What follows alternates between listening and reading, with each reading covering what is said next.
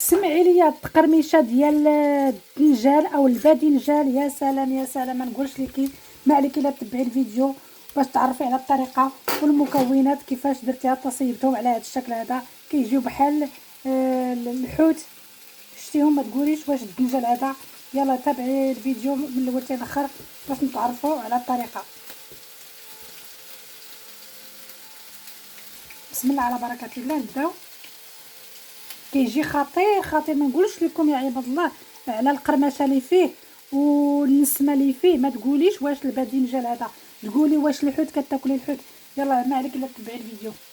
اليوم غادي نوجد معكم هاد الدنجال هذا. الباذنجان كما كتلاحظوا، الباذنجان هما غسلتهم ودابا كنقطعهم يكونوا شرائح طويله على هذا الشكل هذا، وكنديرهم في الماء والملحه.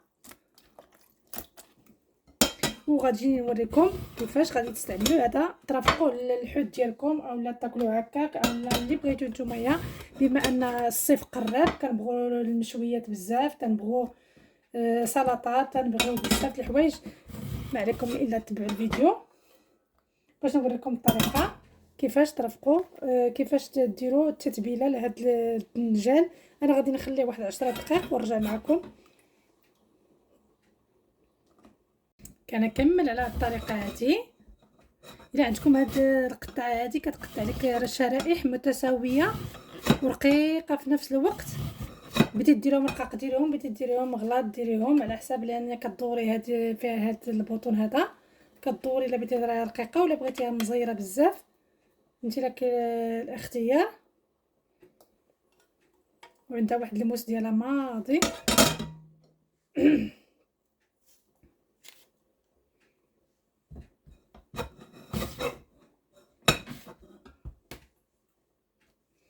اوبلا، هما نتوما الشرائح شفتوهم. انا غطستهم دابا في الماء والملحه باش ما يكحلش لينا. علاش كيبقى بيض في اللون ديالو ما كيتغيرش. وانا غادي نوريكم الطريقه كيفاش غادي ديروا باش غادي تقليو هاد الدنجال ويجيكم مقرمش. عرفتي كيجي بحال الحوت. يا سلام يا سلام، بحال كتاكلي الحوت. غادي نوريكم الخلطه اللي غادي ديروا معاه. دابا غادي نرقدوا واحد 10 دقائق ونرجع معكم ان شاء الله. وما تنساونيش دائما بلي لايك والتعليق ديالكم، وشكرا عليكم على المتابعه والبارطاج. ما تنساونيش بالبارطاج. انا راه تنغيب عليكم لانكم ما متبعينيش بزاف، ما كتعطونيش لي لايك، كتفرجوا في الفيديو ما كتعطونيش لي لايك، ما عرفتهاش خاسرين. يلا نتلاقى بكم ان شاء الله من بعد ما ندوز 10 دقائق. وهنايا التتبيله اللي غادي نديروا لهاد الباذنجان ديالنا او لهاد الدنجال. هنايا عندي 2 معالق تاع الدقيق الفرص، عندي مليحه، عندي بودره ثوم. الا ما عندكش بودره ثوم ديري بودره العاديه، سميتها هي الثومه العاديه معسيها ولا حكيها وديريها معاه، لان كنعرفوا الدنجال كيبغي الثومه. هنايا عندي البابريكا تحميره كما كتلاحظي، معلقه كبيره. هنايا عندي معلقه تاع الكمون دائما تيتماشى مع الدنجال. وهنايا عندي معلقه صغيره تاع الابزار. بسم الله.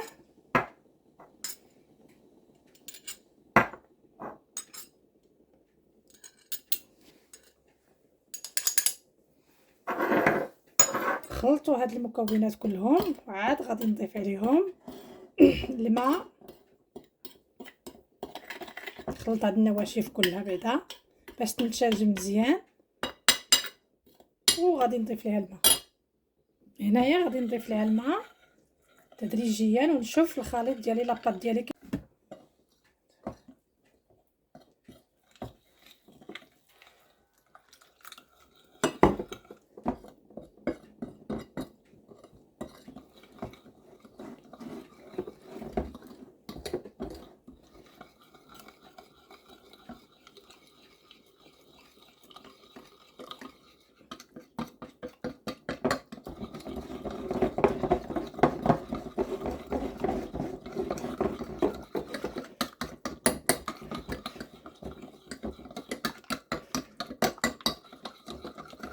هانتوما كما كتلاحظوا الخليط ديالي هو هذا، خليته جانبا. دابا غادي نمشي غادي نصفي هاد الباذنجان ديالنا. شفتوا الماء ديالو كيرجع كحل،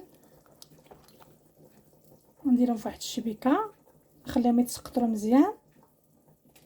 اولا بغيتو ديروهم في شي منديل ديروهم وخلوهم ينشفوا، نشفوهم مزيان من الماء.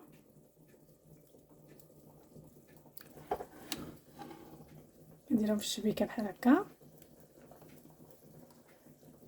لان من بعد ما داز ديك 10 دقائق انا غادي نكمل ونرجع معكم.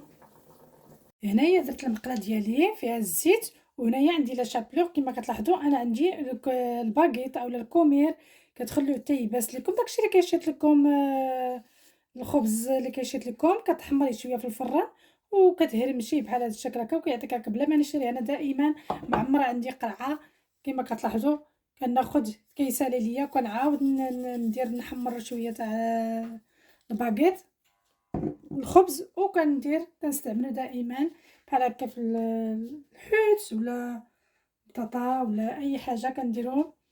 هنايا كنغطس هاد الباذنجان ديالي في هاد الخليط اللي درناه وكنديرو في لا شابلوك بحال هاد الشكل هكا،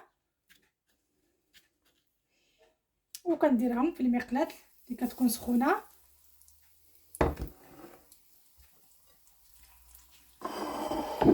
باش نوريكم مزيان يبان لكم، حيت ما كيبانش لكم لانه ها نتوما هكا. ما عرفتش كيبان لكم مزيان ولا لا.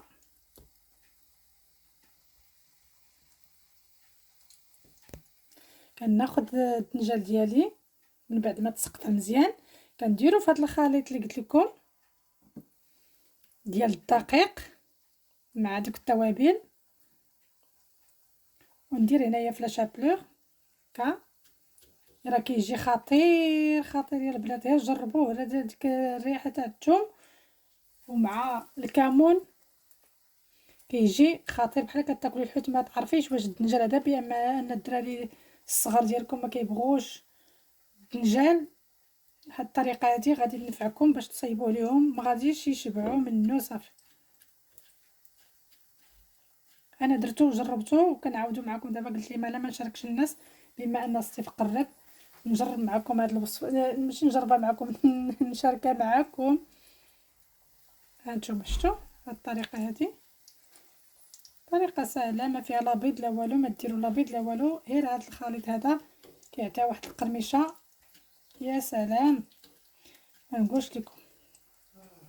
هذا انا غادي نكمل على هاد الطريقه هذه ونرجع معكم في الشكل النهائي ديالو.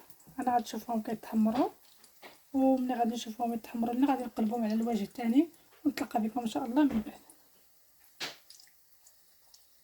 هنايا من بعد ما كيتحمروا ليا من الوجه التحتانيه كنعاود نقلبهم على هذا الشكل هكا.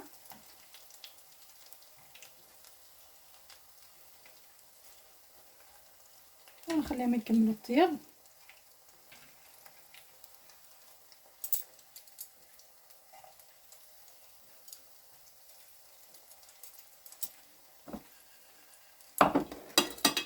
ونتلاقى بكم ان شاء الله من بعد. هانتيا كما كتلاحظي الباذنجان ديالنا كيجي بحال شي حوت ديال الصور، داك الصور او الصومو او اللي المهم داك الفيلي اللي كيكون بحال هكا غير عبره كيجي على هذا الشكل هذا. نتمنى انكم تجربوه. شتي كيجي يا سلام يا سلام يا سلام، مقرمش مقرمش مقرمش مقرمش. ما عليكم الا تجربوا هذه الوصفه، كيجي لذيذ لذيذ لذيذ غزال غزال غزال. ما نقول لكمش على التقرميشه، سمعوها. وطيب طيب طيب طيب يا سلام. غير ديروهم شرائح يكونوا شويه ما تغلطوهمش، يكونوا المهم رقاقين باش يعطيكم هاد التقرميشه ويطيبوا لكم زوينين ويكونوا غزالين. شوفوا الطبق كي جا يا سلام. جوج دنجالات خرجوا ليا ما شاء الله. ترفقوهم بالحوت ديالكم اولا المهم المشويه ديالكم، القطيبات، اي حاجه درتوها اولا المرقاز او السوسيس او اللي بغيتو نتوما لكم الاختيار. انا الطبق هذا مرافقه بحاجه اخرى بسلطه لي نوغيت لي مرقاز، كل واحد اشنو بغى، ولكن انا درت هذا باش نشاركو معكم وتشوفوا الطريقه ديال الباذنجان اولا الدنجال كي كتجي مقرمشه ولذيذه. ما تعرفيش واش الدنجال هذاك بديك الطريقه ديال الخلطه ديال الرهيبه اللي كتجي واعره يا سلام يا سلام. نقول لكم الى فيديو اخر وما تنساونيش دائما بالتعليق ديالكم، والى فيديو اخر ان شاء الله.